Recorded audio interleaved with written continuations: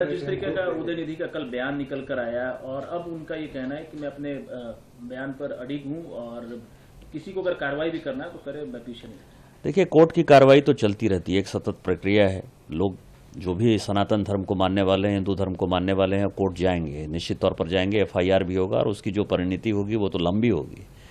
लेकिन जिस तरह से ये INDIA गठबंधन बना है और उस गठबंधन में कांग्रेस के जो पूर्व अध्यक्ष हैं सोनिया जी या राहुल जी, उनका अभी तक कोई बयान नहीं आया है। मैं जिस राज्य से आता हूं, हेमंत सोरेन जो मुख्यमंत्री हैं, इन सबों का एजेंडा जो है इसके साथ लागू दिखाई देता है कि INDIA का जो गठबंधन है वो हिंदू धर्म के खिलाफ है, सनातन धर्म के खिलाफ है। और उदयनिधि स्टालिन जो है वो केवल उनके चेहरे बनकर उभरे हैं। जो बंबई की अभी बैठक हुई और बंबई की बैठक में मुझे लगता है कि एंटी सनातन धर्म, एंटी हिंदू धर्म के बारे में पूरा डिस्कशन हुआ है। क्योंकि हमारे यहाँ अभी आज ही मुख्यमंत्री हेमंत सोरेन जो है संथालपना के दौरे पे हैं, जहाँ की दो चीज़ों से हम लोग बहुत परेशान हैं। एक बांग्लादेशी घुसपैठिया और दूसरा क्रिश्चियनिटी। आदिवासी लड़कियों के साथ जो है जबरदस्ती बांग्लादेशी घुसपैठिए आ रहे हैं और वो उनकी डेमोग्राफी को पूरा का पूरा चेंज कर रहे हैं। हमारे राज्य में एक जमाने में जब राज्य अलग हुआ 2023 में, तो उस वक्त जो पॉपुलेशन था 28% के आसपास आदिवासियों का पॉपुलेशन था। आज वो पॉपुलेशन 24% हो गया। मुसलमानों का पॉपुलेशन जो 12-13% था वो पॉपुलेशन 15% हो गया।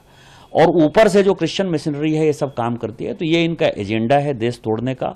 और पूरा गठबंधन, मुझे लगता है कि मुंबई में ये एक स्ट्रेटेजी बनी है और इसका एक जांच का विषय है। मैं तो भारत सरकार से ये मांग करूंगा कि किस तरह की स्ट्रेटेजी बनी है, किस तरह की क्रिश्चियन लॉबी, किस तरह की मुस्लिम लॉबी और वोट बैंक की जो पॉलिटिक्स है, जो 37 से लेकर 40 तक मुस्लिम लीग को बढ़ाने वाली जो ताकतें थी और जिसने भारत को तोड़ा, खंडित खंडित किया, विखंडित विखंडित किया, भारत और पाकिस्तान बना। मुझे लगता है कि ये चुनाव 2024 का मोदी हराओ अभियान नहीं है, देश तोड़ो अभियान है। और देश तोड़ो अभियान में आपने देखा कि कपिल सिब्बल भी उस मुंबई की बैठक में गए थे।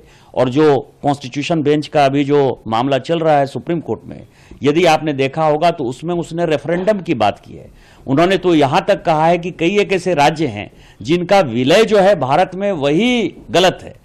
तो आप समझिए कि वो जो एक एजेंडा कपिल सिब्बल ने सुप्रीम कोर्ट में डाला, स्टालिन ने जो कुछ भी सनातन धर्म और हिंदू धर्म के बारे में बोला, और जिस तरह से INDIA गठबंधन के सारे नेता चुप हैं, चाहे वो राहुल गांधी हो, सोनिया गांधी हो, लालू प्रसाद जी हो, नीतीश कुमार जी हो, चाहे वो ममता जी हो, और हमारे राज्य के मुख्यमंत्री खासकर जो अपने आप को सनातन कहते हैं और आदिवासी हिंदू के नाम पर वोट करते हैं और आदिवासियों की संख्या घटा रहे हैं। ये दिखाता ये है कि यही चल रहा है और भारतीय जनता पार्टी इसका प्रतिकार करती है और हम लोग आंदोलन करेंगे और देश इसको बर्दाश्त नहीं करेगा। क्या आपको लगता है कि उदयनिधि बयान को लेकर गांधी परिवार को सामने आना चाहिए, उनकी तरफ से माफी मांगनी चाहिए? गांधी परिवार क्या आएगा सामने? अब आप समझिए कि मैं तो शुद्ध ब्राह्मण हूं और मुझे कहने में फक्र है कि मैं ब्राह्मण कुल में पैदा हुआ हूं। यदि हमारे यहाँ जनेऊ लोग पहनते हैं तो जनेऊ की एक रिचुअल है। मतलब आप समझिए कि वो पूजा होता है, पाठ होता है, 3-4 दिन तक जो है लगातार उसके फंक्शन चलते हैं और उसके बाद आप जनेऊ धारण करते हैं। जिस आदमी ने कभी जनेऊ के बारे में सोचा नहीं, ये देश ऐसा है और इतनी घटियापंथी है उस परिवार में, आप ये समझिए कि कहीं भी खड़ा होकर जो है जनेऊ पहना दिया जाता है। जिसको अपना कुल नहीं पता, जिसको अपना गोत्र नहीं पता, जनेऊ ऐसे ही कोई पहन लेगा।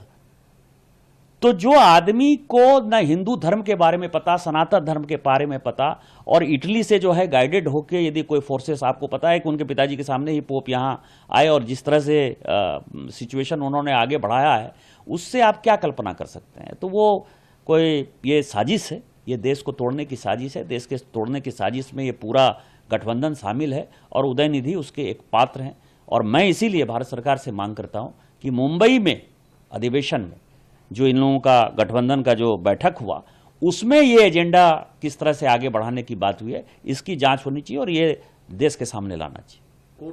देश विदेश की खबरों को देखने के लिए हमारे चैनल रोशनी न्यूज़ को सब्सक्राइब कीजिए और बेल आइकन दबाना ना भूलिएगा।